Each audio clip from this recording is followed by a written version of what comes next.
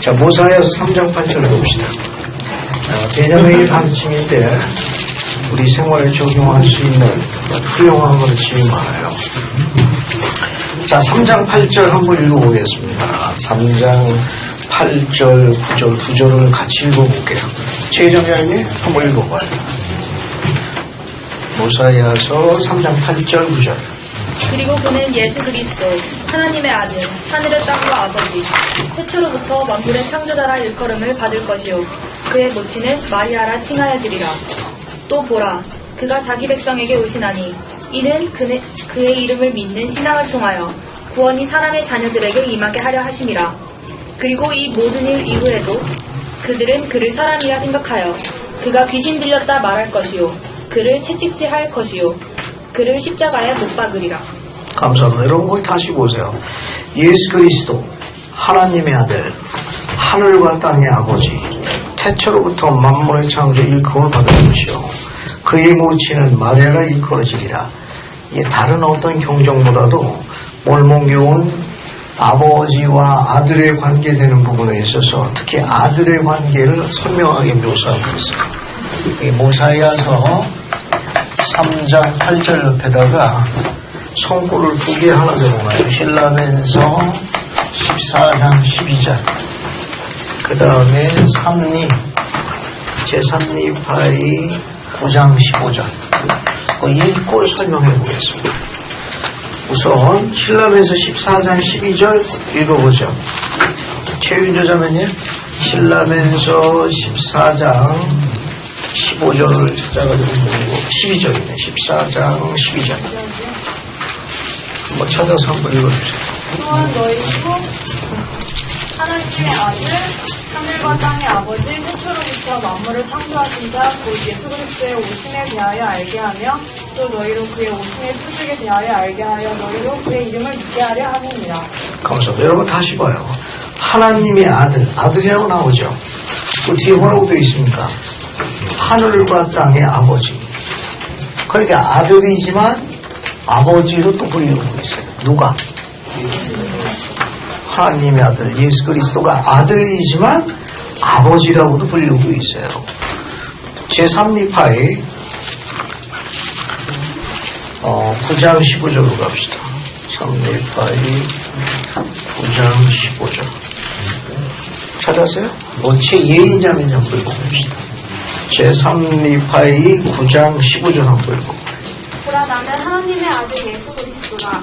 내가 하늘과 땅과 그 가운데 있는 만물을 창조하였느니라. 나는 태초부터 아버지와 함께 있었나니 내가 아버지 안에 있고 아버지께서는 내 안에 계셔서 나로 말미암아 아버지께서 그 이름을 영화롭게 하셨느니라. 감사합니다. 여기 보게 되면 하나님 아버지가 있고 그 하나님 아버지의 아들이 누구예요? 예수 그리스도예요. 그런데 지금 공부하고 있는 모사야서 3장 8절에 보면 아들 예수 그리스도가 뭐라고도 불리울 수 있는 거예요. 아버지라고도 불리울 수 있는 교리가 있습니다. 이 교리를 이해해야만 경전을 이해할 수 있어요. 나중에 모사야서 15장에서 아비나답이 가르친 걸 이해하려면 이 교리를 알아야 합니다. 그래서 우리는 예수님이 아들도 되시고 아버지로 불리울 수 있는 세 가지 이유를 찾아봅니다. 예수님이 아들로도 불리우고 아버지로 불리울 수 있는 세 가지 가르침이 있습니다. 숙지하면 할수록 경전을 이해하는 이해력이 굉장히 늘어나요. 우선 예수님이 아들로 불리우는 겁니다. 아들이 되시는 첫 번째 가장 중요한 이유는 영적으로는 장자라고 불리우는 가르침이 있어요. 영적으로는 장자. 그러니까 영으로 지어진 영의 자녀들 중에는 가장 먼저 칭을 받은 자예요. 퍼스트본이라는 거죠.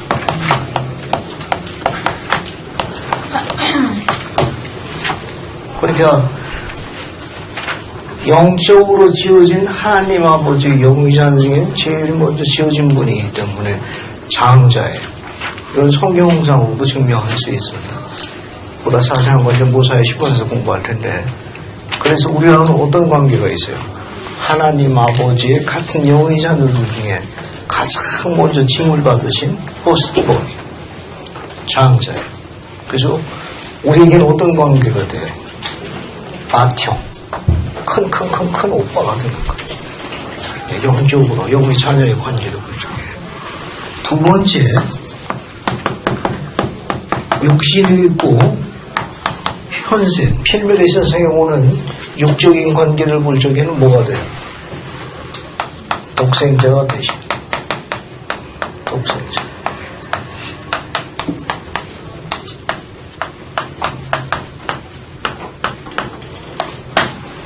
유일하게 태어난 아들이에요. 누구로부터? 하나님 아버지로부터 태어난 유일한 아들이라는 뜻이 독생자예요. 그러니까 육신이 있고 세상에 올 적에 우리는 양쪽 다 필멸의 부모로부터 왔지만 예수님은 어머니는 라인이 같아요. 육신이 있는 과정에서 모세에서 3장 8절 맨 끝에 뭐라고 되어 있죠? 그의 모친은 마리아라고. 그 어머니가 필멸의 여인이거든요.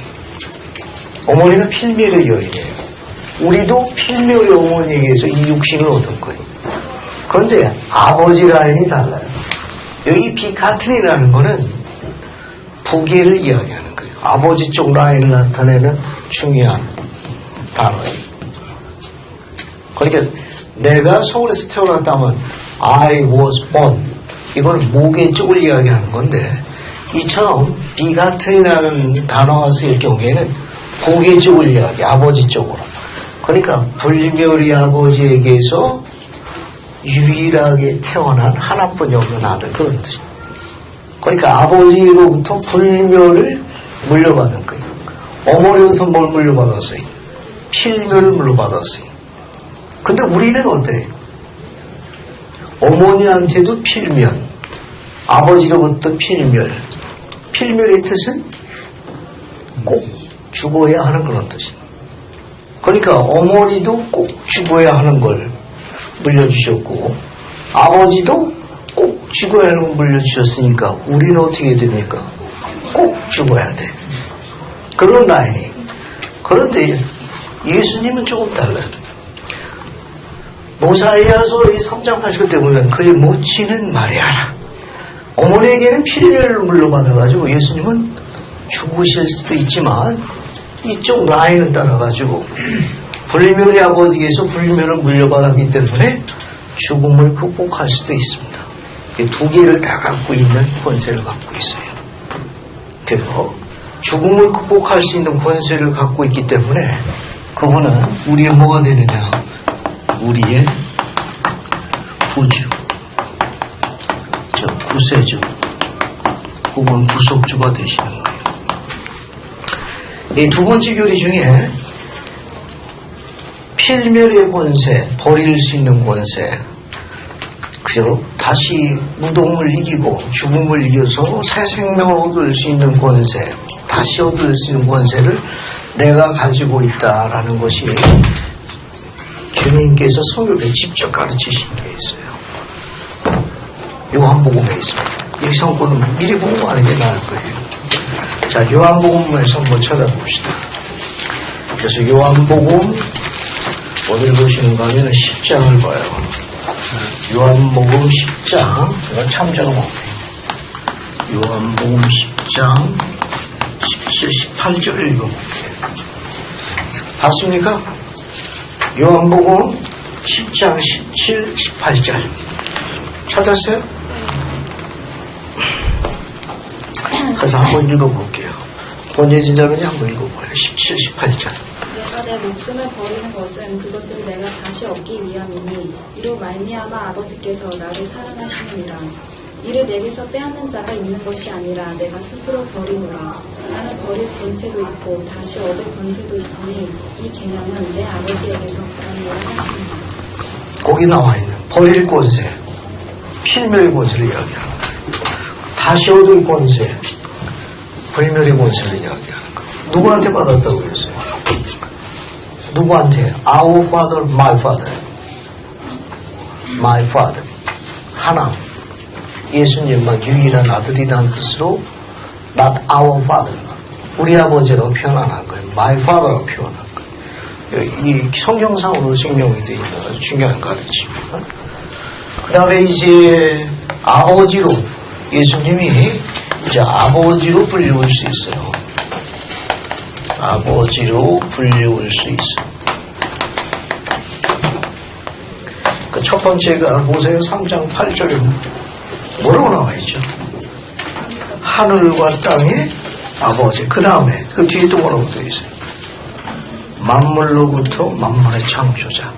이 경우에는 아버지 용어를 쓰는데 주의할 점이 경전에 이 아버지라고 불리우는 이 앞에 뭐가 들어가 있어요? 모세에서 3장 8절에 하늘과 땅이라는 용어가 들어갈 경우에 그 아버지는 누굴 지칭한다? 예수님을 지칭하는 호칭이에요.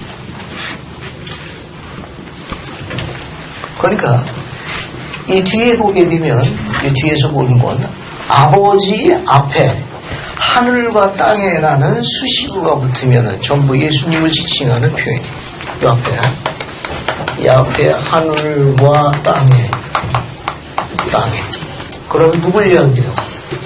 만물의 창조주이신 예수님을 지칭하는 표현이에요. 이럴 경우에는 아들이지만 아버지로 불리워요. 아버지. 하나 샘플로 또 다른 걸 한번 볼게요.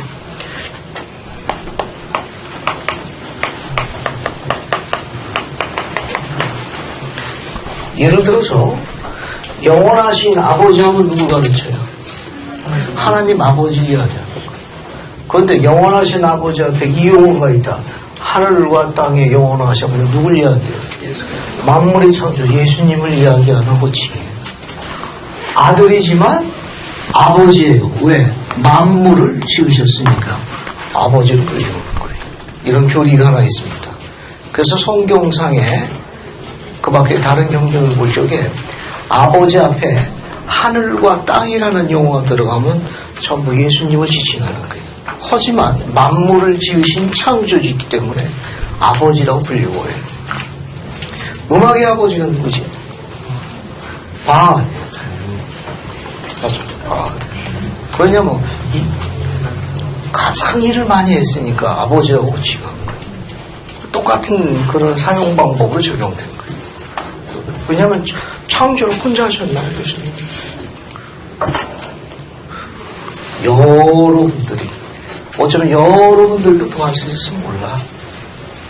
그렇지만 가장 주체 되시는 저분이니까 만물의 창조주 아버지로 호칭하는 거예요. 두 번째는 뭐가 있는가 하면은 모사이아서 5장에서 살펴볼 수 있어요. 모사이아서 5장 7절을 먼저 읽어봅시다. 모사이아서 5장 7절을 먼저 읽어볼게요. 모사이아서 5장 7절. 그래서 앞에 최진혜 자매님 한번 읽어볼래요? 이제 너희가 맺은 성약으로 인하여 너희는 그리스도의 자녀라. 그의 아들과 그의 딸이라 일컬음을 받으리라. 이는 보라, 오늘날 그가 영적으로 너희를 낳으셨습니다. 이는 너희 말에 너희 마음이 주의 이름을 믿는 신앙을 통하여 변화되었다 하니 그러므로 너희는 그에게서 낳고 그의 아들과 딸이 되었느니라. 감사합니다. 이 교리는 여러분이 너무 잘 아는 교리인데 이걸 뭐라고 그러는가 하면 그리스도의 속죄를 통하여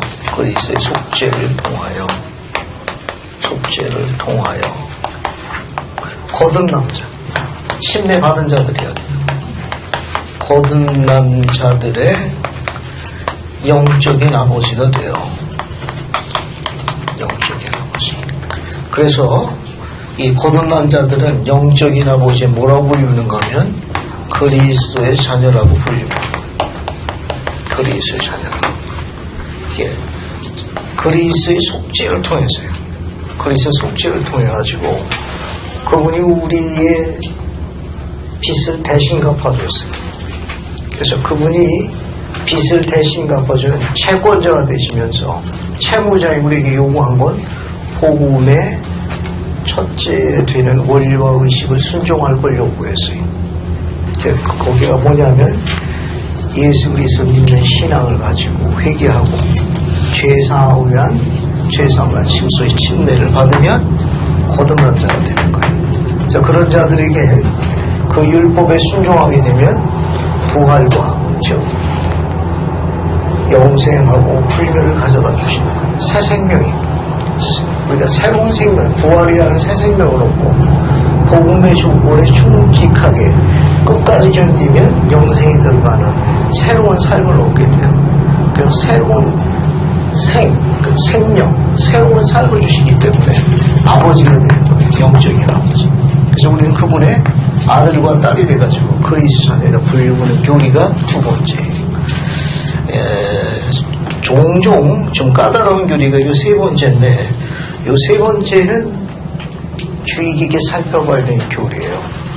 이쪽으로 옮겨가면 세 번째 교리는 뭐가 있는가 하면은 이거는 성스러운 권능에 부여해가지고 아버지라고 불리우는 교리가 있어요. 이 교리가 조금 까다로워, 아직 어렵고. 세 번째는 뭐가 있는가 하면 성스러운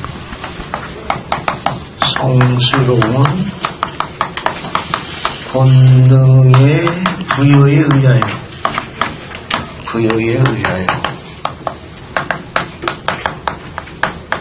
아버지로 불리웁니다. 성스러운 권능에 부여해서 아버지로 불리울 수 있어요. 그래서 아들이지만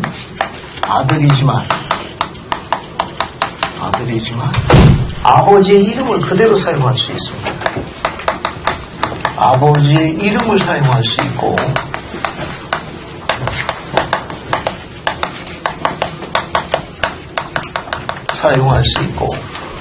말씀하실 적에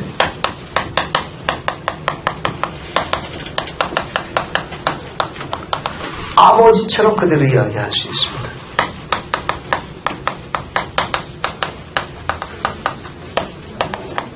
그대로 말씀하실 수 있어요.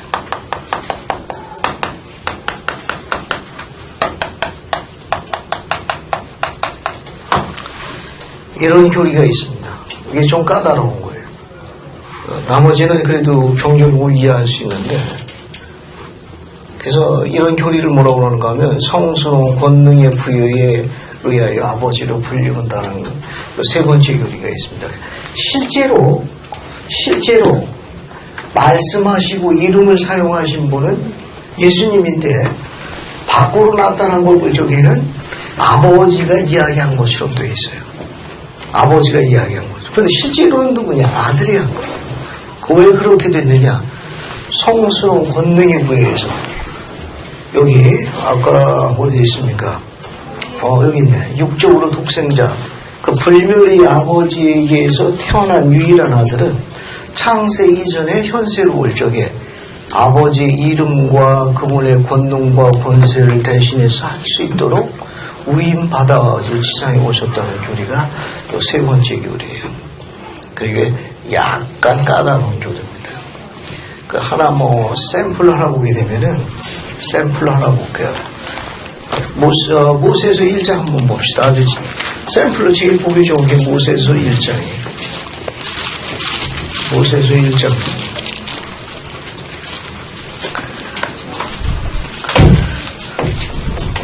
모세서 1장 1절 봐요. 1절.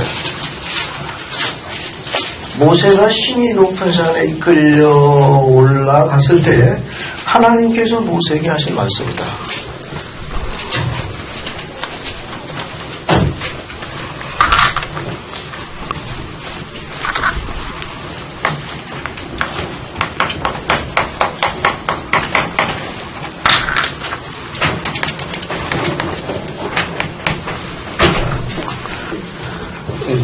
모세 하나님 신 높은 산에서 모세하고 하나님하고 대화하고 있죠. 그럼 모세는 어느 시대의 인물이죠? 약은 약인데 무슨 약? 구약 맞았어요. 구약. 그러면 이 하나님은 구약의 하나님 아니에요? 그러면 구약의 하나님은 누굽니까? 여호와예요. 우리에게 알려진 교리에 의하면 구약의 하나님 여호와는 누구와 동일입니까? 누구와 동일이냐? 신약의 예수 그리스도와 동일입니다. 근데 예수 그리스도는 누구의 아들입니까? 하나님의 아들이에요. 하나님의 아들. 그러니까 아들인 예수 그리스도가 누구하고 대화하고 있는 거예요? 모세하고 대화하고 있는 거예요. 그러니까 모세서 1장은 그렇게 시작되는 거예요. 심히 높은 산에서 모세가 하나님과 대화했더라. 그렇게 되어 있는데 구약이거든. 구약의 하나님은 여호와예요. 여호와는 신약의 예수 그리스도 동일인으로 알려져 있고 예수 그리스도는 하나님의 아들이에요. 근데 아들이지만 뒷부분에 가면은 아버지처럼 직접 이야기해요. 뒷부분 한번 볼까요? 같은 1장에 뒤에 보게 되면 32, 33절 봅시다.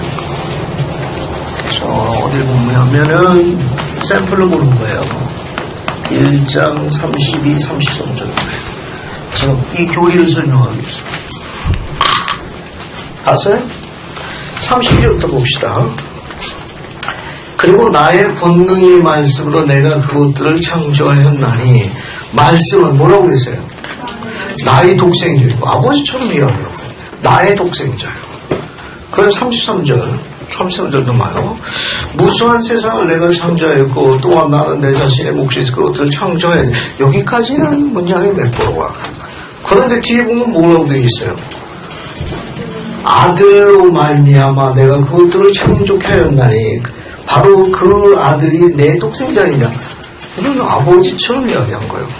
아버지가 내 아들을 시켜서 창조케 하도록 해서 예수님이 아버지의 지시를 받아 만물을 창조했다는 걸 다시 확인하고 있는데, 아버지 직접 이야기하시면 묘사한 거예요. 근데 실제로 누가 이야기한 겁니까? 아들이 이야기한 거예요.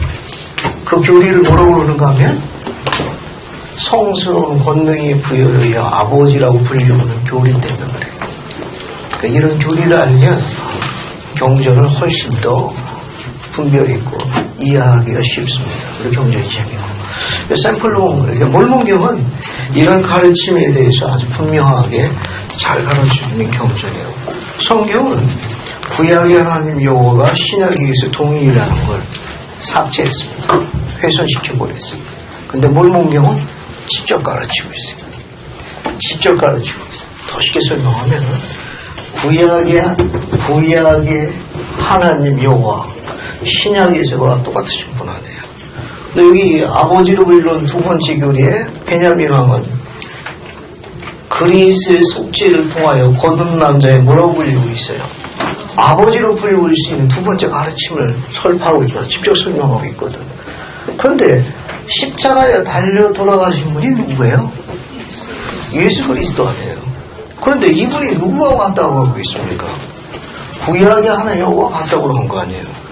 그렇게 복잡하게 생각하지 말고 그 여호와 하나님이나 예수 그리스도가 같은 분이라고 했으니까 직접 설명하자는 거예요.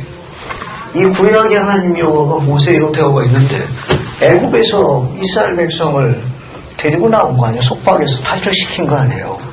어딜 건너세요? 홍해를 건너게 했죠. 40년 동안 저 하나님이 뭐 줬습니까? 그 이름도 만나 주셨죠. 만나. 그죠? 40년 동안 그냥 직접 설명하자는 거예요. 이스라엘 백성은 애굽에서 건져내셔가지고 홍해를 건너게 하신 그 하나님, 그 하나님이 구약의 하나님 여호와거든. 그 하나님이 십자가에 달려 돌아가셨다가 3일 만에 부활하신다는 분 우리가 금방 알잖아요. 그분은 예수님인데, 그럼 같은 분인데 직접 이해할 수 있거든. 근데 그런 가르침이 성경에는 없다는 거예요. 몰몬교회만 있습니다. 몰몬교회는 직접 설명했어요. 니파이전서 어디에 나오죠? 그 중요한 교리의 가르침이 됩니다. 니파이전서 어디 나옵니까? 어디 나오는데? 한번 찾아볼까요? 니파이전서 같은 가르침이니까 하나 보고 넘어갈게요. 19장 오늘 보시는 가면은 10절만 볼게요. 10절. 그래서 한번 읽어봅시다. 찾아봐요. 니파이전서 19장 10절. 아주 재밌는 기절이고 이게 몰몬경은 십적 설명이었어요. 자, 강명자님 한번 읽어봅시다.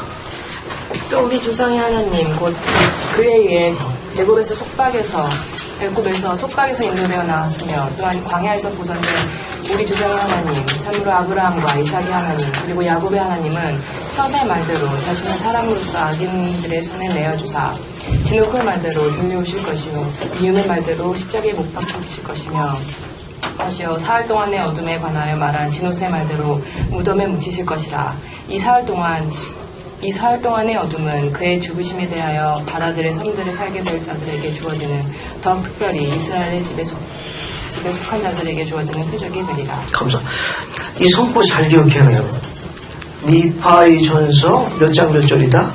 19장 10절은 구약의 하나님 여호와가 신약의 예수 그리스도 통일이라는 걸 직접 선포, 직접 설명한 경전 중에 유일한 기절입니다. 비유를 사용한 게 아니라 직접 설명한 유일한 선포예요. 그 구약의 하나님이 직접 십자가에 달려 돌아가셨다가 사흘 만에 부활한다고 가르친 선지자들이 언급되어 있는데 이 선지자 세 분의 이름이 성경에 나옵니까? 성경에 없어요.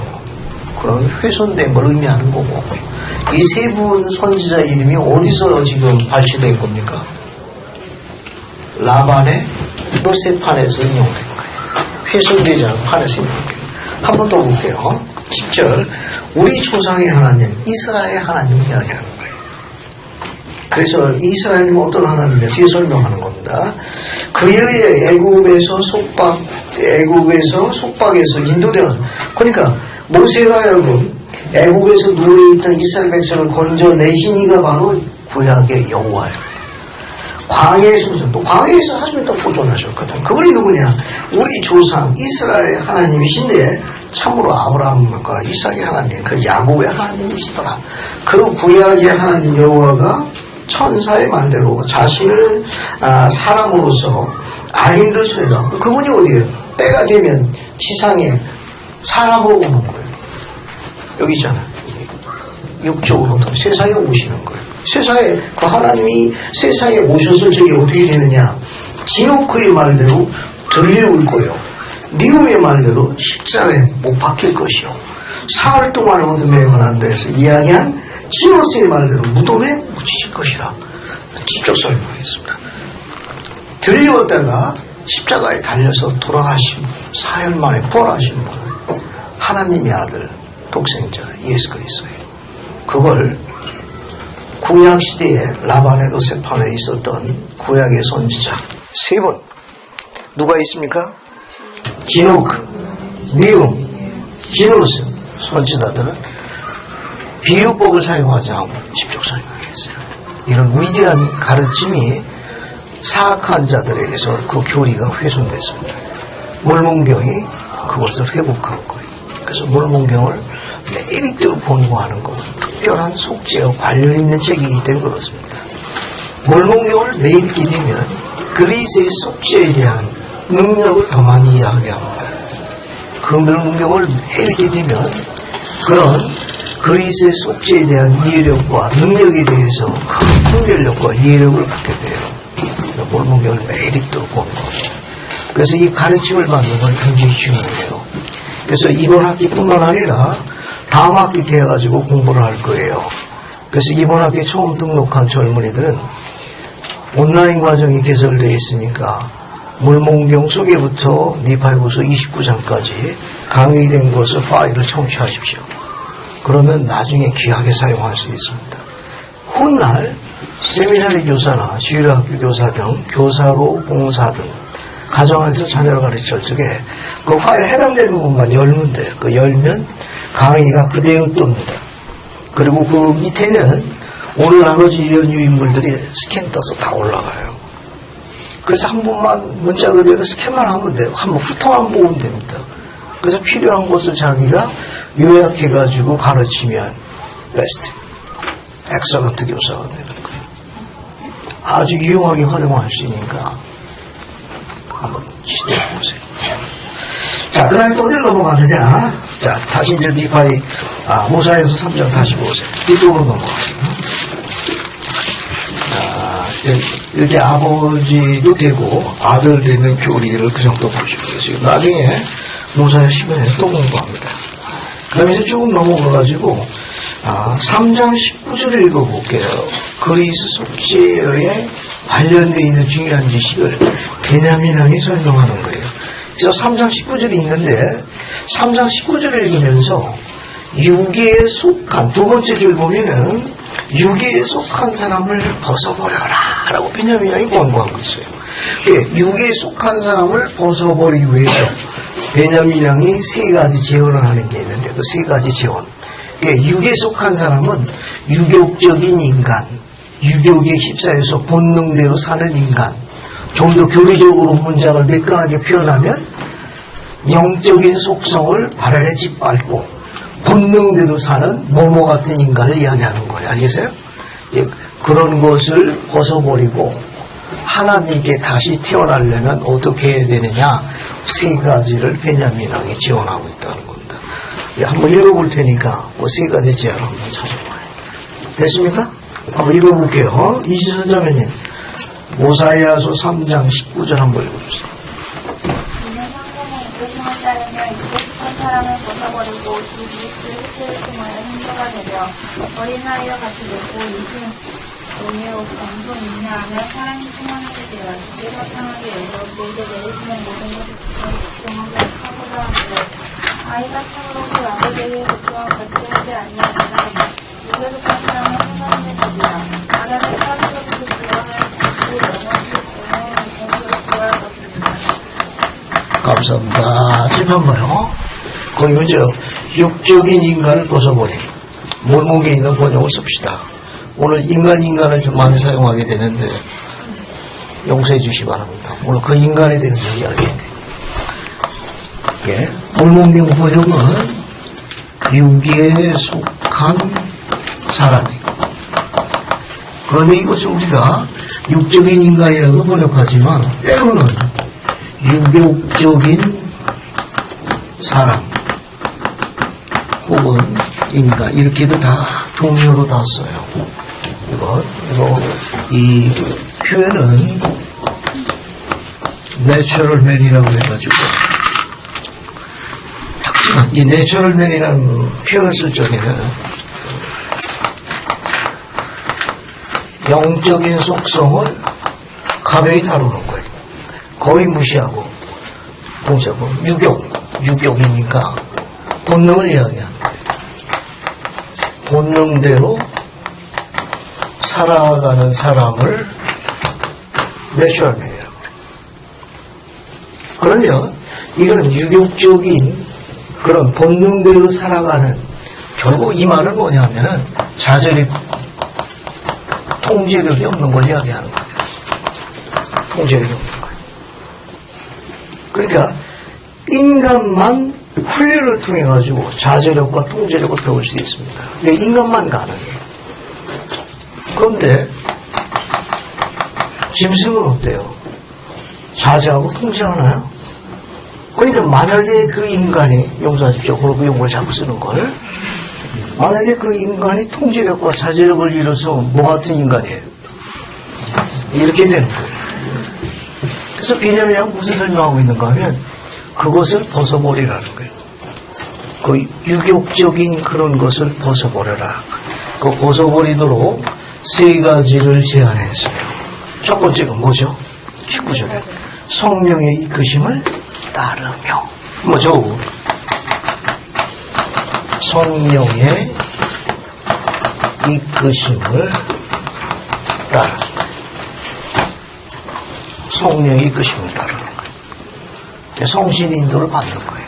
넓은 의미로 하나님의 영의 인도를 받는 거예요. 주님의 영의 인도를 받는 거예요. 그래서 우리가 합당하고 정결하게 생활해가지고 주님의 영이 언제든지 우리가 함께 할 수 있도록 생활하는 거예요. 근데 두 번째는 뭐가 되어 있습니까? 두 번째 줄에 뭐라고 되어 있어요? 주 그리스도의 뭘 통해서? 속죄를 통해서 뭐가 되는 거예요? 통해서 성도가 되는 거예요. 성도가 되는 거예요. 흥미있는 단어가 있습니다. 여기 성도가 되기 위해서는 반드시 뭘 통해서라고 되어 있어요? 그리스도의 속죄를 통해서요. 그리스도. 하나 더 적고 정리합시다. 세 번째는 뭐가 되어 있어요? 뭐같이 되라고 그랬습니까? 어린아이 같이 되는 거예요. 어린아이. 앞에 봐요. 이 어린아이 같이 되다는 건 어린아이에 뭘 배우라는 거예요? 떼쓰는 거. 아무 때나 울고 아무 때나 행패 부리는 거 그거 배우라는 거예요? 그게 아니고 뒤에 미쳤나요? 뒤에 뭐라고 되어 있어요? 뒤에 뭐라고 되어 있어요? 유순하고 그 다음에 온유하고 어린아이처럼 그 다음에 또 겸손하고 그 다음에 인내하고 또 뭐가 있어요? 사랑 충만하고 그 다음에 또 뭐라고 되어 있습니까? 주님께 기꺼이 뭐하도록 되어 있어요? 기꺼이 순종하는 거, 그죠? 기꺼이 순종. 이런 걸 배우라는 것이지, 그냥 시도 때도 없이 그냥 땡깡부리고 울고 그래서 행패 부리는 걸 이야기하는 거 아니에요? 알겠어요? 아유, 나 어린애 싫습니다. 그런 걸 이야기하는 거 아니에요? 이거. 그래서 비냐민 왕이 설명을 자세하게, 친절하게 베풀어 주신 거예요. 어린아이처럼 아주 그냥 기꺼이. 얼마나 이쁘고 사랑스럽습니까? 꾸밈이 없잖아요. 간주함이 없잖아. 그냥 그대로 표현하자. 우리는 어때요? 봐가지고. 우리 복잡해. 어린아이는 안 그렇거든. 자, 그럼 이제 하나씩 살펴볼게요. 유교적인, 육에 속한 사람, 그런 사람을 우리가 뭐라고 그러느냐. 여기 재미있는 글이 하나 있어요. 속죄를 통해서만 사람이 바뀌는 거예요. 데이비드 오메케 회장님은 복음만이 우리 본성을 바꾸는 거예요. 우리 본성이 타고날 때 갖고 있는 본성이 있거든. 다 알겠습니다. 표현을 이해해 주시기 바라요. 또 이 표현은 녹음해서 삭제합니다. 어서 오십시오. 어서 와요. 우리 아버님은 굉장히 멋쟁이였어요. 키도 훤칠하시고. 우리 어머니는 국제 표준은 안 되는 것 같아. 죄송하지만은 숫자상으로 이해하면 굉장히 부담스러운데 기억으로 한 1m 38? 40은 안 넘으실 것 같아요. 근데 우리 부친은 옛날 분치고는 상당히 키가 있으신 분이었습니다. 근데 지금 앞에 있는 이 사람은 모친의 그 악성 유전인자를 그대로 물려받았어요. 그대로 물려받았고, 부친은 굉장히 깔끔하셨는 분이었는데, 뭐라고 이야기할까? 밖에 아버님이 나가셨다가 들어오시려면 방 안에 요만한 티끌 있는 것도 못 견뎌 하셨어요. 큰 소리가 나셔가지고. 참 좋으신 분이었는데 참지를 못 하셨습니다. 그러니까 이제 명함이 떨어지면 즉시 움직여야 돼. 안 그러면 이제 물체가 날아가거든. 물체가. 그런데 부친으로부터 그 장신의 유전인자는 간 곳이 없고, 그 고약한 급한 것이 악성 유전인자의 결합체가 바로 앞에 있는 사람이에요. 그런데 복음이라는 걸 통해 가지고 속죄라는 걸 이해하면서 변화되기 시작했습니다. 속죄를 이해하면서부터 그분이 나를 위해서 속죄하셨구나. 그분이 나를 돕기 위해 가지고 나하고 아무런 공로 없는, 관계없는 그분이 그 험한 여정을 걸으셨구나. 내게 다른 삶을 가르쳐 주신 거예요.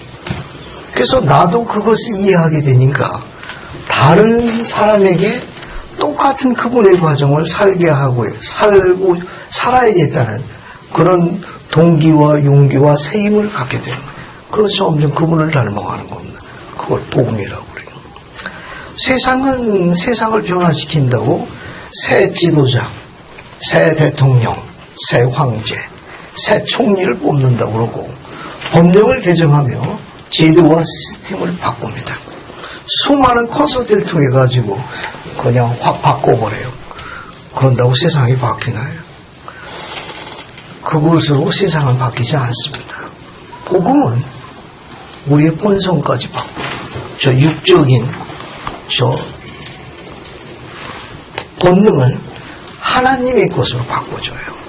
데이비드 미케장님은 복음의 특징을 묘사한 거예요. 복음의 특징을. 복음의 목표는, 골은, 미안합니다. 여기 또 사람이 나와가지고. 원래 나쁜 사람. 근데 복음을 통해가지고, 정확하게 이야기하면, 뭘 통해서? 그리스의 속죄를 통해가지고, 좋은 사람. 그런데, 또 좋은 사람이 있어요. 그 좋은 사람은 그리스의 속죄를 통해서 어떻게? 더 좋은 사람으로 만들어주는 겁니다. 궁극에는 인간의 품성을 바꾸는 거예요. 기억하시죠? 주님께서 미들에게 방문하셔가지고 하신 유명한 질문. 금년도 전국 성연대 표어였어요. 고울이었어요. 뭐가 고울이었죠? 주제가 너희가 어떠한 자야 되어야 마땅하뇨.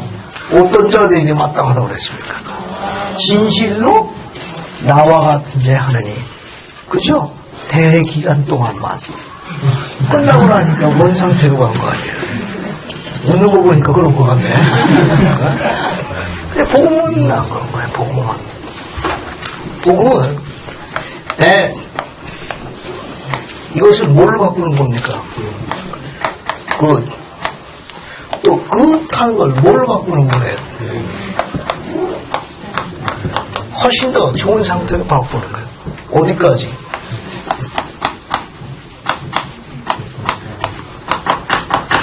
The best. 이게 복음이에요. 이때마다 임하는 능력이 뭐냐? 그리스도의 속죄이다. 그것을 그가 이해하고 받아들이고 그대로 살려고 적용할 적에 나쁜 상태에서 뭘로? 좋은 상태로 바뀌는 거예요. 좋은 상태에서 더 좋은 상태로 바뀌는 거예요. 더 좋은 상태에서 뭘로 바뀝니까? 또 베스트, 가장 좋은 상태로 바뀌는 거예요. 샘플의 예를 먼저 들어보고 갑시다. 니파이가 광야에서 형들이 묶어가지고 죽이려고 했던 사건 기억나요? 왜 반응이 없습니까? 내가 상황을 잘못 얘기했는가 싶은데. 원목에 보면은 이스마엘 딸들을 데리고 오다가 광야에서 형들이 고태탈을 일으키죠.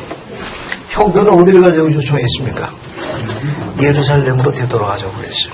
근데 니파이는 광야에 있는 부친에게 되돌아가야 된다고 이야기했어요. 형들은 아주 오래 간만에 예루살렘을 되돌아갔더니 예루살렘이 업그레이드가 됐던 거예요. 노래방도 많아지고 네온사인도 더 반짝반짝하고 딸들이 너무 예뻐 보이는 거고. 그런데 아버지가 있는 광야는 노래방이 없잖아요. 눈사람도 없고 캬바레도 없고 불빛이 없잖아요. 컴컴하잖아요. 비유를 들면 그런 거예요. 그래서 형들이 어떻게 했습니까? 니파이를 밧줄로 묶었잖아요. 짐승의 밥이 되도록. 그 니파이가 어떻게 해서 거기서 속박에서 풀리지? 거기서 어떻게 해서 그 상황에서 벗어납니까? 아주 죽이려고 그런 거거든. 짐승의 밥이 되도록. 형들이 자연보호운동가였습니까? 동물 보호자들이었어요? 동생을 갖다가 제물로 바치게.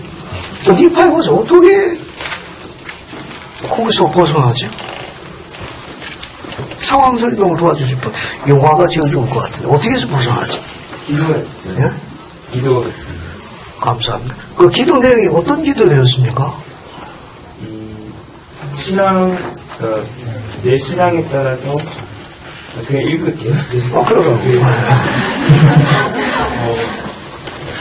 그러나 이렇게 전하니 내가 주께 기도하여 이르되 주여 주를 믿는 나의 신앙을 쫓아 나를 내 형들의 손에서 건져주시옵소서. 진정 내게 힘을 내리사 나로 하여금 나를 믿고 이 결박을 끊게 하시옵소서. 이 오형제 위에 니파이전서 몇 장 몇 절이에요? 7장 17절입니다. 니파이전서 7장 17절. 잘 봐요. 앞에 보세요. 표현을 이해해 주시기 바랍니다. 니파이가 기도하는 내용을 이영환 형제님이 읽었는데 그리스도를 믿는 신앙으로 밧줄을 끊게 하여 여기서 벗어나게 하옵소서. 저에게 허락하신 주의 임무를 제가 아직 마치지 아니하였사오니 제가 그 임무를 수행하여 당신을 영화롭게 할 수 있도록 내 하나님이여 이 밧줄을 끊게 하시옵소서 라고 강구한 거 아니에요. 잘 보세요. 그리스도의 속죄 있는 영을 설명하고 있어요. 지금 베냐민이 뭐라고 했는가면 육적인 인간을 벗어나기 위해서는 성신의 가르침을 따르고 그리스도의 속죄를 통한 능력에 대해서 이해하도록 권고하고 있는 거예요. 니파이가 그 상황에서 그렇게 기도 안 했잖아요. 만약에 나 같았으면 형들을 즉사하게 하옵소서. 형들을 벼락맞게 하옵소서. 땅이 갈라져 땅속에 묻히게 하옵소서. 아마 그렇게 기도했을지도 몰라. 상황을 완전히 바꾸게 하도록. 상황은 바꾸게 해달라고 간구한 게 아니라 상황은 그대로 있는 거예요. 니파이가 간구한 것은 상황을 바꿀 수 있는 자신의 능력을 자신이 지니는 신앙으로 인해서 하나님께서 갖고 계신 크신 힘을 땅으로 끌어올서 자신을 강화할 수 있도록 도와달라고 기도한 내용을 우리가 교리적으로 그리스도의 속죄를 통한 능력이라고 가르치는 거예요. 그걸 이해하게 되면 현재 있는 상황은 바꿀 수 있는 게 아니에요. 표현을 이해해 주시기 바랍니다. 알겠어요? 그냥 뭐 마음에 안 들다고 그렇다고 뭐 아버지 바꾸게 해주세요. 바꾸는 김에 다 바꾸게 해주세요. 이렇게 해서 상황을 바꿀 수 있는 게 아니에요. 그건 그대로 있는 거예요. 그 무게와 짐은 그대로 남는 거지만 그 상황을 우리에게 유익하게 바꿀 수 있습니다. 뭐냐? 상황을 바꾸는 게 아니라 상황을 바꿀 수 있는 개인적인 능력을 축복해달라고 니파이가 기도했던 거예요. 왜? 니파이는 그리스도에 대한 속죄에 대한 통한 능력을 가능케 하는 능력이 신앙에서 온다는 걸 알았던 사람입니다.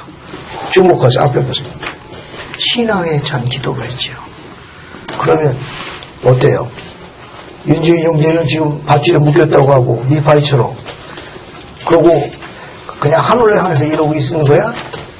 어떻게 했을 것 같아? 제가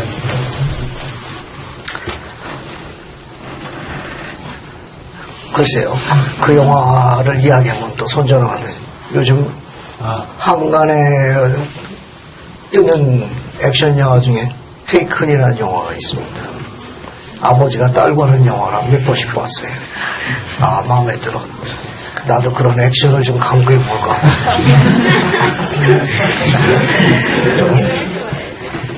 거기 보면 그 아버지가 묶이게 되는 장면이 있는데 그것을 풀기 위해 가지고 자신의 모든 능력을 다 먼저 행사합니다. 아마 니파이도 그랬을 거예요. 자신의 힘 능력에다가 그의 믿음이 하늘의 능력을 더하게 돼서 주님께서 관여하셨을 거예요. 그냥 기도만 하고 아무것도 안 하고 풀려라 뚝 해서 풀려지진 않았을 거예요. 두 번째 가르침을 하나 봅시다. 우리가 그냥 몰목에서 먼저 찾아볼게요. 모사야서 24장 15절 봅시다. 이것도 그리스도의 속죄를 이해하는데 굉장히 도움이 돼요. 자, 여기도 마찬가지. 모사야서 24장 15절 한번 볼게요. 이 성구도 재미있습니다. 김학표 형제님, 한번 크게 읽어봐요. 이에 이제 이렇게 대하다니 엘바와 그의 형제들 위에 지어진 짐이 가벼워졌고 사무엘 집에서 그들을 장하게 하사 그 실패에 그들의 짐을 지게 하시네 그대 주의 모든 뜻의 지식을 인내를 가지고 복종하였더라. 감사합니다. 상황 설명은 나중에 할게요. 앞에 보세요. 상황 설명 나중에 자세히 또 공부하게 되니까. 여기 엘마의 백성이 과도한 무거운 짐을 지고 있죠. 레위인들의 속박에 의해 가지고. 원래 이 엘마의 백성들은 그 왕이 엘마가 제사를 쓸 때 있던 그 왕이 누구였는가 하면 위대한 치적을 가진 왕이었습니다. 온 나라에 포도나무를 심어가지고 왕이나 백성의 술로가 된 왕이 있어요. 그 왕 이름이 누굽니까? 그 유명한 노아라는 왕입니다. 놔달라는 거지. 근데 하도 사악해가지고 주님께서 선지자 아비나답을 그래가지고 회개를 요청했죠. 그때 유일하게 개종한 제사 중에 한 사람이 누굽니까? 엘마예요. 흠이 있죠. 그러니까 아비나다이가 순교하면서 개종시킨 유일한 사람이 딱 한 명뿐이 없어. 그 침례 한 명 줬다고 실망하면 안 돼요. 그래서 그 엘마가 어때요? 몰몬의 물에 들어가, 소위 몰몬의 셈이지, 거기서 백성들을 모아서 가르치잖아요. 노아왕의 군대가 그들을 멸하려 하니까 주님께서 그들을 다시 보내셨어요. 그들이 정착한 그 당시 그 땅에서의 시온 사회가 바로 힐렘성입니다. 그 힐렘성에 에밀론의 사주를 받은 레위인들이 그들을 속박합니다. 그들은 그런 속박이 필요 없는 백성이었어요. 왜? 목숨을 걸고 가르치는 주의 선지자가 있었고 그 음성을 목숨을 걸고 받아들이는 의로운 자의 집단이에요. 소위. 그들은 속박받을 아무 이유가 없어요. 자신들이 잘못한 게 아무것도 없는데 제3자에 의해 가지고 억압스게 쌓인 거니까 얼마나 억울합니까? 얼마나 답답해. 우리 늦둥이 딸내미 말에 의하면 왕짜증이지. 기도하면 죽인다고 그랬으니까. 찬송가 부르면 죽인다고 그러고. 그런 아무런요. 그 경전의 기록은 흥미있게 되어 있습니다. 왜 우리가 이런 속박, 또 짐을 많이 지어가지고 그 짐이 너무 무거웠던 거예요. 또 헤비, 너무 무거웠던 거예요. 그런데 모사야서 25장 15절 보면 이거와 관련이 있어요. 15절 한번 읽어봅시다. 그리고 뒷부분 설명할게요. 이제 이렇게 되었나니 엘나와 그 형제들 위에 지워진 짐이 가벼워졌고 상황이 바뀐 건 아니에요. 레위인도 그대로 있는 거예요. 그들을 괴롭히고 그들을 소위 세상 표현으로 갈구는 고약한 사람들은 그대로 있는 거예요. 그리고 지워지는 짐도 어때요? 그냥 그대로 남은 건데 뭐라고 되어 있습니까? 짐이 가벼워졌고 참으로 주께서 그들을 뭐 했습니까? 강하게 하사 그들로 쉽게 그들의 짐을 지게 하시고 그들이 주의 모든 뜻에 즐거이 인내를 가지고 복종케 하더라.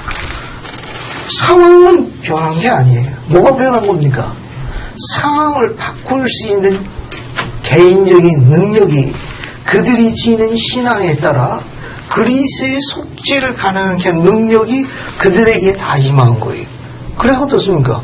짐과 속박되어 있는 상황은 바뀐 게 아니에요.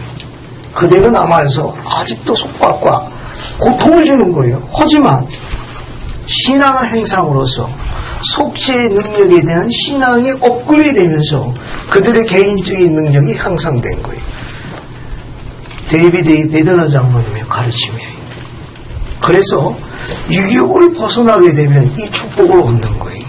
한번 봅시다.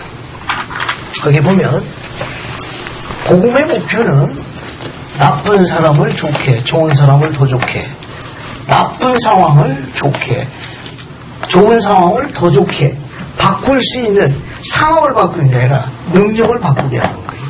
그렇듯 필멸의 여정은 나쁨에서 좋음을 거쳐 더 좋음으로 진보하는 겁니다. 커다란 심성의 변화를 겪음으로써 타락한 우리의 성품을 바꾸는 겁니다. 거듭나야 돼요. 속죄를 통해 뭐가 된다고 그랬어요? 성도가 되라고 했어요. 성도란 거룩한 사람이라는 뜻입니다. 주 닮은 자라는 뜻을 갖고 있어요. 그러니까 우리가 그런 변화를 겪을 수 있도록 시험을 받을 수 있다는 것도 암시하고 있죠.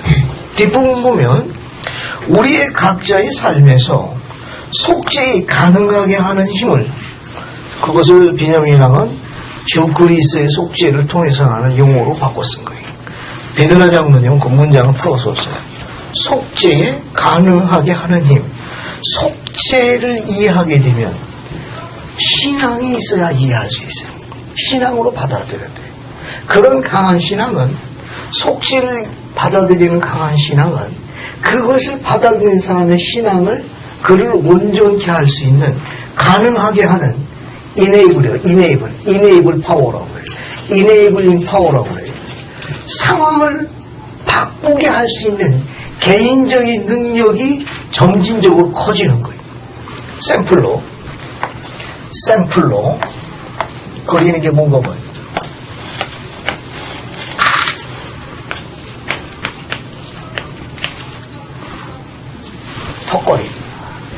턱걸이 기억나죠? 턱걸이를 쉽게 하기 위해 가지고 철봉을 이렇게 휘면 어때요? 쉽지. 이건 상황을 바꾸는 거예요. 그런데 복음은 그걸 가르치는 게 아니에요. 철봉은 그대로 있어요. 이 철봉은 그냥 그대로 있는 거예요. 여기 있는 주체가 되는 거예요. 어떻게 되느냐? 여기 어떻게 되는 겁니까? 이렇게 힘이 생기는 거예요. 뽀빠이 마냥. 상황은 그대로 있는 거예요. 능력이 강화되는 거예요. 이해했죠? 그것을 우리가 뭐라고 설명하는가 하면, 베드나 장로님은 속죄에 가능하게 하는 힘, 이네이블링 파워라고 그러셨어요.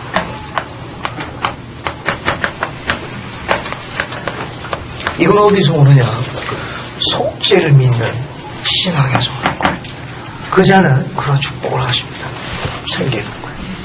마음도 뚱뚱해져. 제대로 이해하고 적용할 수 있다는 것입니다.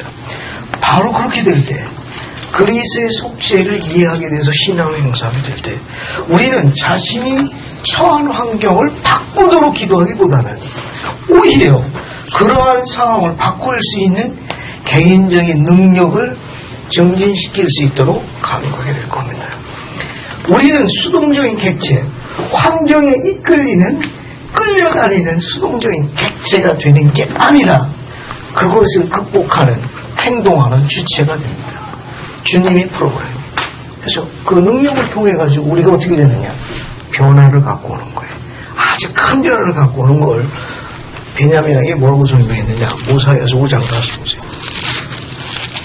모사여서 5장 어딜 보시는가 하면은 2절 4절 보세요. 모사여서 5장 2절 4절.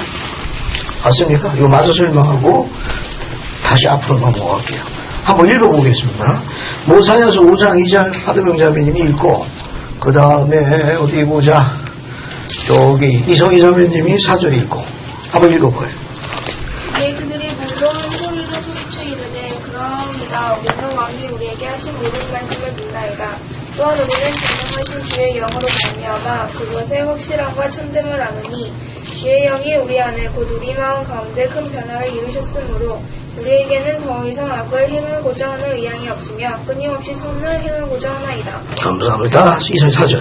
또 우리로 이 큰 지식에 이르게 한 것은 우리 왕이 우리에게 말씀하신 것들을 우리가 믿은 그 신앙 이론이 이로 인해 우리가 이처럼 심히 큰 기쁨으로 기뻐하나이다. 감사합니다. 여러분 2절에 중간 부분 봐요. 하나, 둘, 셋, 넷, 다섯, 여섯, 7번째 주면 곧 우리 마음 가운데 뭐가 일어났다고 그랬어요?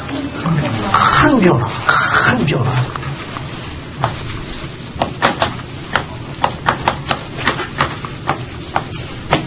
큰 변화가 일어났다고 했습니다. 뭘 통해서?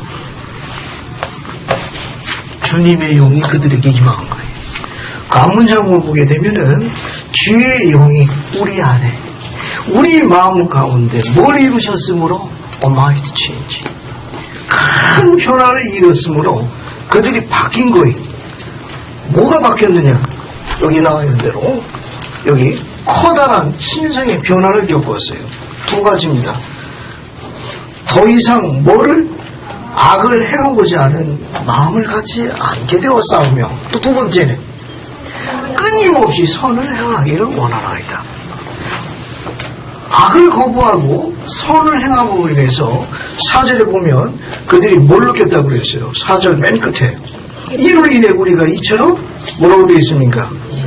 심히 큰 기쁨, 말로 표현할 수 있는 큰 기쁨을 맛보나이다. 그래서 4절 보게 되면 이 지식이 어떻게 알게 되었는가 하면은 말씀하신 것, 말씀이에요.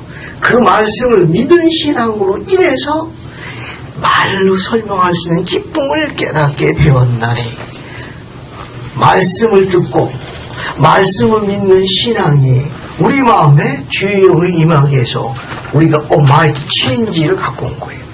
말씀이 우리의 심성을 바꾸게 한 겁니다. 그런 능력을 뭐라고 그러는가 하면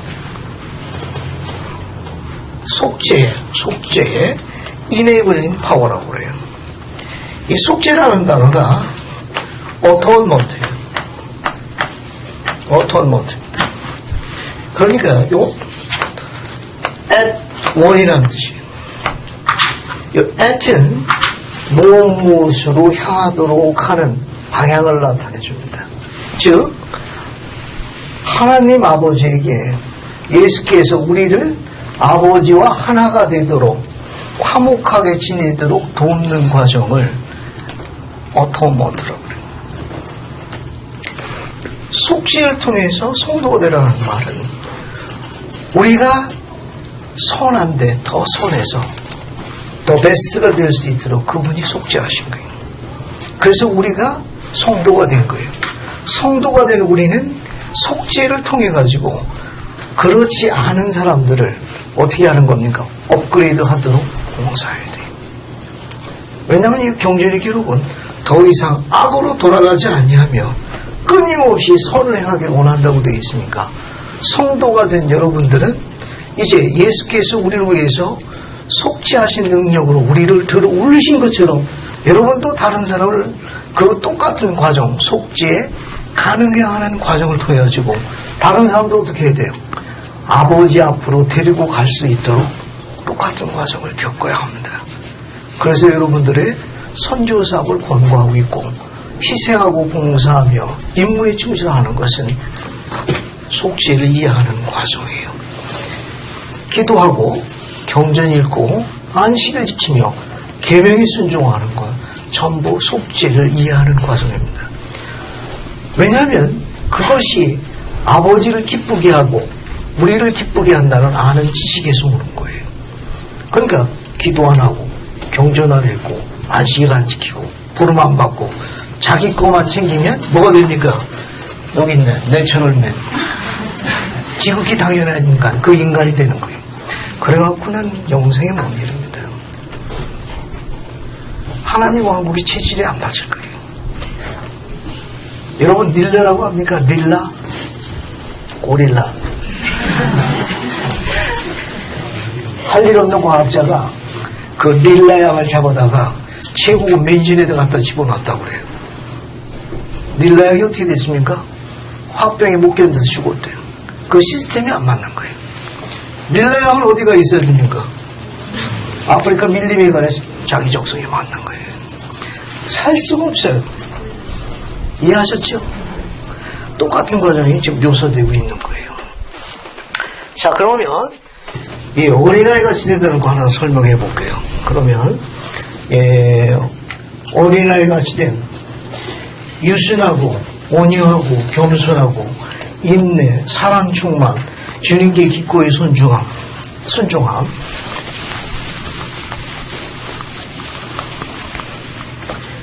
여기 보세요. 이 베냐민에게 설명한 건 뭐냐면 성도가 되기 위해서는 여기서 제일 먼저 시작하는 게 뭐냐면 겸손이에요. 겸손해야 성도가 되는 거예요. 겸손하지 않으면 그리스도 앞으로 못 나갑니다. 그리고 성도가 된 다음에 우리가 끝까지 견디기 위해서는 끝까지 견디는 거예요. 끝까지 견디는 두 가지가 필요해요. 하나는 뭐냐면 온유라는 걸 배워야 됩니다. 이 온유를 배워야만 충실하고 그래서 끝까지 견디는 거예요. 이 겸손과 온유는 아주 중요한 성품입니다. 아주 중요한 성품. 그래서 끝까지 견딘다는 건 뭐냐, 여기. 이제 인내가 작동하는 거예요. 이 겸손이라는 정의는 낮아진다는 정의만 있는데 다른 뜻도 있습니다. 자각이라는 뜻도 포함되어 있어요. 자각. 스스로 깨닫는 것. 무엇을? 하늘에 온전하신 그분이 계시다는 걸 깨닫는 거예요. 하늘에 계신 그분이 온전하신 덕과 능력을 가져서 속죄를 통해서 기쁘게 하고 사랑이 충만하게 하는 그 덕과 능력을 내가 현재 소유하고 있지 못한 거예요. 그래서 나도 그것을 소유할 수 있도록 그분께 의지하는 과정입니다. 그분을 의지하고 그분을 섬기고 그분을 경배하고 그분을 따르는 과정을 겸손이라고 하는 거예요. 자각하기 없이는 그리스 앞으로 못 나가는 거예요. 그 사람은 자기 힘만 믿어. 그래서 베냐민이 뭐라고 했는가 하면 그 인간, 내추럴 맨이라고 하는 거예요. 다시 설명합니다. 나의 구주가 또 그 아버지가 속죄의 능력을 통해 가지고 우리를 기쁘게 할 수 있는 온전하신 능력과 덕을 갖고 계신 온전함 속에 계신 분들이에요. 하지만 나는 그렇게 못해. 그런 능력이 없어. 그걸 뭐 하느냐? 소유하고 있지 못함을 하늘이 갖고 있는 온전한 덕과 능력을 소유하지 못하는 것을 스스로 깨닫는 능력입니다. 그 자각이 그분께 되돌아가도록 방향을 만들어주는 거예요. 그래서 그분을 의지하는 건데 내가 약함이 아니에요. 그분이 온전한 덕과 능력을 갖고 있어 사랑하는 사람들을 행복하게 해주니까 행복하게 해주는 가능케 하는 힘, 이레몬의 파워를 나도 소유해서 나누기를 원하는 거예요. 그래서 그분께 돌아가고 그분을 의지하는 거예요. 그래서 그분을 섬기고 그분을 찬양하니 그분이 그런 능력을 우리에게 계명을 지킬 때보다 매번 축복하시니 그분을 경배하는 거예요. 그래서 그분의 말씀을 기꺼이 따르는 그런 자세를 겸손이라고 그래요. 그것이 성도로서 점진적으로 되는 거예요.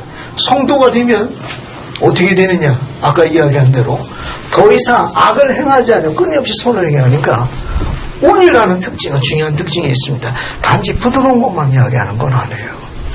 온유라는 건 단지 부드러운 것만 이야기하는 게 아니라 부당한 대접이나 불공평한 환경에 처했다 하더라도 불평하지 않고 잘 견디는 능력이 온유예요. 그 온유라는 건 힘이 없어서 비굴해가지고 참는 게 아니라 스스로를 다스릴 수 있는 능력이 있기 때문에 스스로를 통제하는 능력이 충만한 사람이 갖고 있는 성품이 온유예요. 그 사람은 자신을 그렇게 자제하고 다스릴 수 있는 능력이 있기 때문에 제임스 탈메 장로님은 그 사람은 그와 함께하고 있을 적에 해이 왕국의 편안함을 제공한다고 가르치고 있습니다. 얼마나 아름다워요.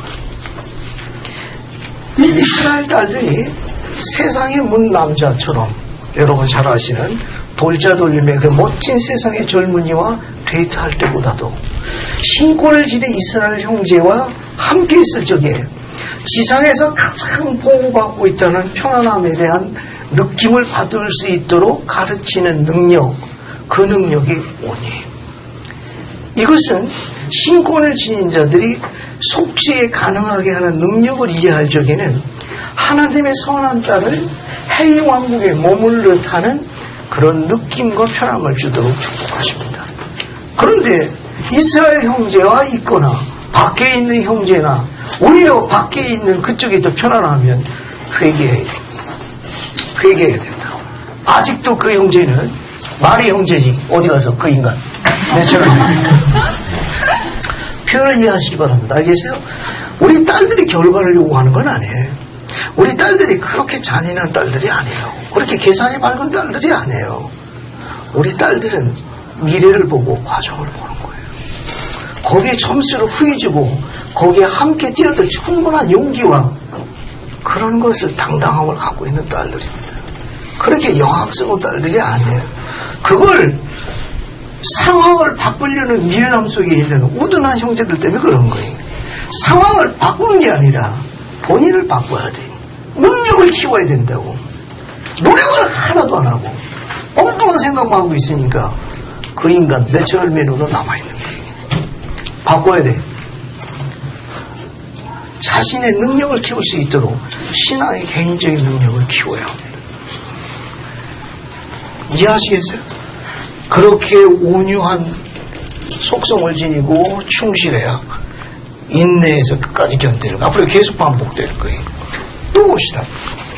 이런 정도 보시고 그 다음에 이제 어딜 넘어가는가 하면은 4장 봐요. 4장은 13절부터 16절까지 보면 여기 성령의 이끄심을 따르는 성도가 되는 사람들의 몇 가지 특징을 가르친 거예요. 같이 봐요. 이것도 재밌나? 이것도 재밌어. 자, 성령의 이끄심을 따르고 그리스의 속죄를 통하여 성도가 된 사람, 그걸 우리가 보통 하나님의 영으로 인도되어지는 사람, 혹은 하나님의 영으로 충만한 사람의 특징이 있어요. 특질이 있습니다. 베냐민에게 얼마나 정확하게 설명해야 되는지 한번 봐요. 13절 보면은 13절 봐요. 오사야서 4장 13절. 첫 번째 어떤 특징이 있는가 하면은 뭐라고 되어 있습니까? 너희는 서로 상하게 하라는 마음을 가져. 상대편의 마음을 상하게 안 한다고.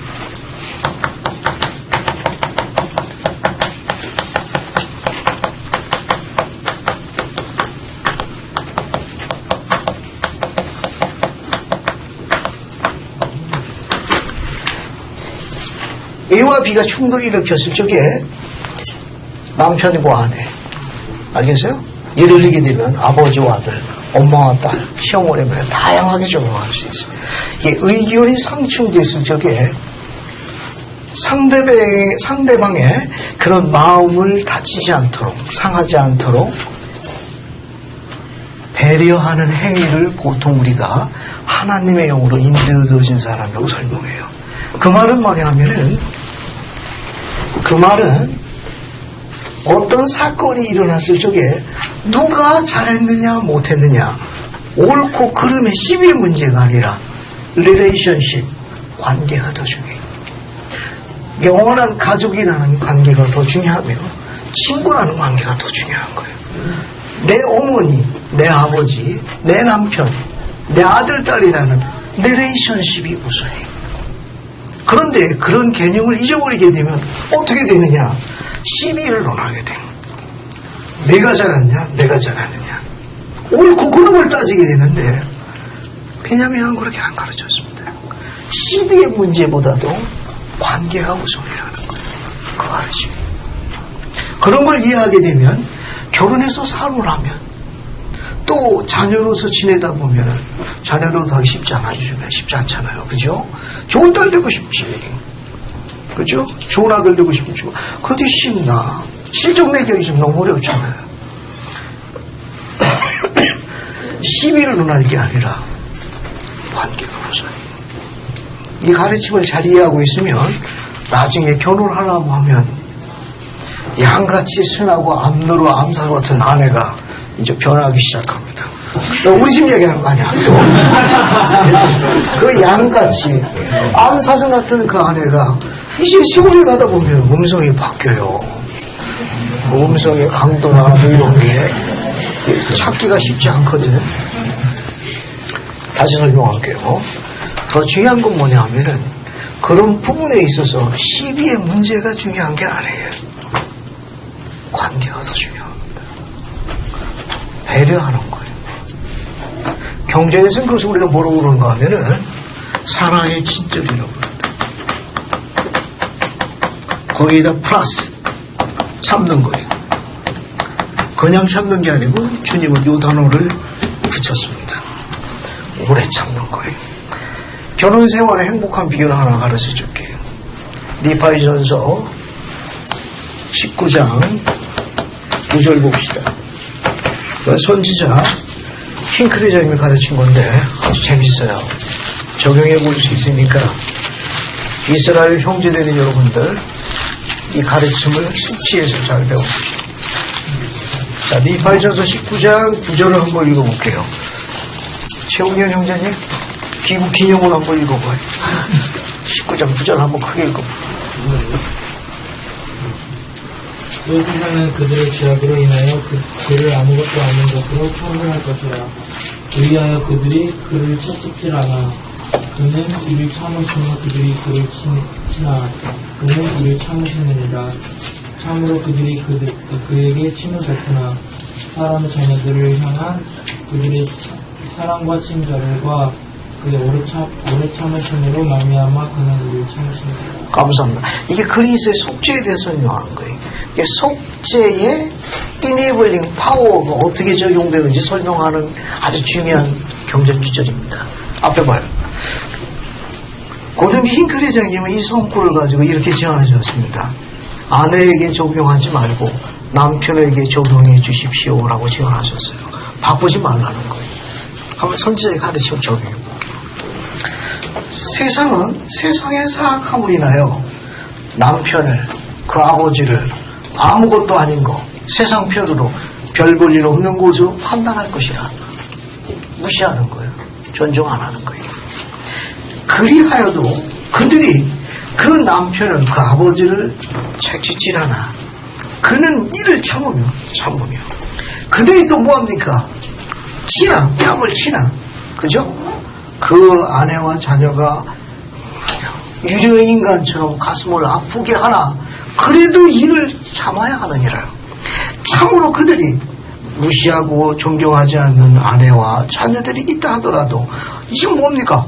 채찍질에다가 뺨 때리고 거기다가 이제 하나 더 하네. 침까지 뱉는 거예요. 침까지 뱉었다 하더라도 그들을 향한 그의 사랑의 친절과 오래 참음으로 이를 견뎌야 하느니라. 핑클리 장님은 남편에게 적용해 주십시오. 아내를 이야기하는 게 아닙니다. 얼마나 아름다운 가르침입니까? 우리는 이렇게 되는 힘을 그리스의 속죄에 가능하게 하는 힘을 통해 가지고 남편은 속죄를 통해서 아내를 행복하게 할 수 있어요. 아버지가 그런 속죄를 통해 가지고 자녀를 행복하게 할 수 있습니다. 주님이 원하시는 프로그램은 신권을 지닌 이스라엘의 형제가 남편의 원위치로 신권을 지닌 이스라엘 형제가 아버지 위치에서 구세주께서 속죄하신 똑같은 오래 참음과 사랑에 친절했던 과정을 수행하기를 원한다 그런 뜻입니다. 선지자의 가르침이에요. 얼마나 아름답습니까? 물론 한순간은 안 되겠지만 점진적인 과정을 통해서 이루어질 수 있어요. 이거는 말씀을 통한 믿음을 통하지 않으면 깨닫게 어렵습니다. 이거 아무리 읽어야 눈에 안 들어오는 거예요. 근데 그런 가르침을 이해해야만 이게 그런 가르침이라는 걸 알 때 비로소 어떻게 되느냐. 앞에 나와 있는 대로 커다란 심성의 변화를 걷고 타락한 우리 성품을죠. 진보시키는 겁니다. 업그레이드하게 되는 거예요. 또 봅시다. 다시 이제 모사이아서 4장 마저 설명할게요. 이 설명도 아주 재미있습니다. 자, 그 다음에 이제 또 뭐가 있는가 하면은 14절 보세요. 14절. 두 번째 4장 14절. 이거는 이제 본인에 해당되는 거예요. 그 다음에 14절은 자녀에 해당되는 거예요. 자녀와의 관계. 자녀의 관계를 보면은 너희는 너희 자녀를 굶주리거나 헐벗도록 되도록 그를 버려두지 말지니. 앞에 보세요.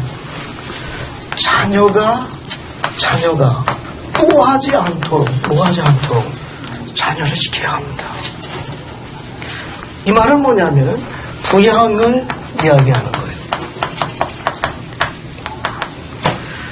자녀가 공부할 때 공부하고 그들이 그런 걸 준비할 때 돕는 게 가장이에요. 그게 부모예요. 그런데 공부할 때 돈 벌으라고 그런 걸 제한하게 되면 자녀가 어떻게 되느냐? 노하게 되는 거예요. 자녀가 화나게 하는 겁니다. 그거는 하나님께서 원하시는 영이 아니에요. 베냐민이 뭘 설명하고 있는가 하면은 자녀가 충분한 부모의 보호 속에서 그분들의 그런 부양에 의해 가지고 잘 양육될 수 있기를 원했습니다. 사도 바울은 그런 임무를 수행하지 않는 남자와 부모를 특히 아버지를 비난했습니다. 믿음을 배반한 자라고 비난했어요. 이 사도 바울이 이야기한 게 디모데전서 5장 8절에 있습니다. 믿음을 배반한 자요, 불신앙을 지닌 자라고 심히 격렬하게 비난했습니다. 아버지가 자기가 갖고 있는 경지를 가지고 자녀를 제한하는 걸 심히 비난했어요. 부양의 의무를 지지 않고 그것을 빌미를 삼아서 통제하는 능력을 사도 바울이 심히 비난했습니다. 자녀가 화나거든. 자녀가 노하게 되는 거예요. 자기는 그런 능력이 없는데 선택권이 없는 거예요. 그걸 주님께서 베냐민 왕에게 사도 바울에서 가르쳤습니다. 자녀는 그런 부분에서 부양을 받을 충분한 권리를 갖고 있습니다. 이게 두 번째 이야기예요. 그 다음에 쭉 넘어가가지고 세 번째 4장 어딜 보시는 거면 15절 봐요. 4장 15는 가족 간의 관계를 이야기하는 거예요. 가족 간의 관계는 뭐냐? 참되고 진지한 길로 행하도록 그를 가르치고 서로 사랑하고 서로 섬기도록 가르치라. 가족은 뭐야? 다투지 말라는 거예요. 가족끼리는. 형제자매끼리 다투지 않는. 그러니까 서로 사랑하고 서로 섬기는 거예요. 서로 섬기는 겁니다. 이거 가르치는 거예요. 이건 하나님의 인도되어지는 특징을 이야기합니다. 그 다음에 16절 마지막 4장 16절은 이웃과의 관계를 나타내는 거예요. 이웃과의 관계. 이웃과의 관계는 뭡니까? 구제를 필요한 자를 구제해라. 그죠? 부고하는 자에게 그들을 그냥 모르는 체 하지 말라. 뭐 이런 내용이니까 간단하게 얘기하면은 가난한 자를 돕는 겁니다. 돕는 거. 이와 같은 요소들은 하나님의 영으로 충만한 사람들의 특징을 이야기하는 거예요. 시간 관계상 뒷부분은 다음 시간에 나가야 될 것 같은데, 여러분 오늘 나눠줄 유인물이 있는데 미리 하나 읽어볼게요. 여기 모사에서 7장 8 요약자도인데 인용문 2개만 읽고 나머지 자료는 다음 주에 공부합니다. 뒤에서 두 번째 시를 하나 봐요. 중국의 여성 시인 슈팅이라고 있습니다. 아주 유명한 여성 시인이에요. 그 일부만 발췌했습니다. 찾았어요? 여기 봐요. 삶이 무겁게 느껴질 때, 제목은 이 또한 모든 것입니다. 아주 중국의 젊은이들이 가장 사랑받는 여류 시인으로 알려져 있습니다. 한번 읽어볼게요. 모든 나무들이 다 폭풍에 부러지는 건 아닙니다. 모든 씨앗들이 다 뿌리 내릴 토양을 찾는 것은 아닙니다. 모든 진실한 마음들이 다 인심의 사막에 유실되는 것은 아닙니다. 모든 꿈들이 다 기꺼이 날개가 꺾이기를 바라는 것은 아닙니다. 아닙니다. 모든 것이 다 당신의 말처럼 그런 것은 아닙니다. 모든 불꽃이 다 자신만을 태우고 남을 비추지 못하는 것은 아닙니다. 모든 별들이 다 어두운 밤만을 가리키고 서광을 알리지 못하는 것은 아닙니다. 모든 의침에 메아리가 없는 것은 아닙니다. 모든 손실이 보상받지 못하는 것은 아닙니다. 모든 시면이 멸망인 것은 아닙니다. 모든 희망이 미래를 위해 싸우고 있습니다. 이 모든 것을 당신의 어깨에 올려놓으십시오. 희망의 어깨에 올려놓으라는 거. 여러분, 미래가 있는 사람들이. 뒤로 넘어갑니다. 미국의 시 맥스 오만인데 소망이라는 시 일부를 발췌했습니다. 소망이라는 시 일부를 발췌했어요. 우둔하고 무지한 이들에게도 귀 기울여라. 시끄럽고 공격사람은 피하라. 영혼을 괴롭히는 자들이다. 직무 수행에 신중함을 견지하도록 하라. 세상은 속임수로 가득하기 때문이다. 갑작스러운 불행에서 스스로를 지키기 위해 강인한 정신력을 키워라. 하지만 아무런 상상으로 스스로 의기소침해지지는 말라. 혼잡한 삶 가운데 당신의 노력과 열정이 무엇이든지 영혼의 평화를 유지하도록 하라. 뒤에 거 보세요. 속임수와 고된 일상, 그리고 깨져버린 꿈들, 그 모든 것에도 불구하고 세상은 여전히 아름답다. 그러므로 뭐라고 되어 있어요? 힘을 내라. 그분이 살아계십니다. 여러분의 구주가 이걸 돕기 위해서 속죄하신 거예요. 여러분이 부르기만 하면 응답하시겠다고 약속하신 분이에요. 여러분이 손길만 내면 언제든지 개입하시겠다 하십니다. 그분은 24시간 119 구조대원처럼 대기하고 있습니다. 우리가 부르기만 하고 손길만 뻗기만 하면 가장 빠른 천상의 구조대원의 1인자가 여러분의 구주입니다. 살아계세요. 24시간 대기하고 있습니다. 매 초마다 대기하고 계시는 분이 바로 그분이에요. 그것 때문에 속죄하신 거예요. 힘을 내십시오. 여러분 옥교회 희망이라는 옥교회에다 모든 걸 짐구하십시오. 상황은 바뀌는 건 아니고 무거운 짐이 줄어드는 건 아니에요. 하지만 능력은 키울 수 있어요. 주님이 도와주실 거예요. 그것을 베냐민이 설파하고 있는 겁니다. 다음 시간에는 그 뒷부분을 쭉 이어서 설명하겠습니다. 예수 그리스도 아멘.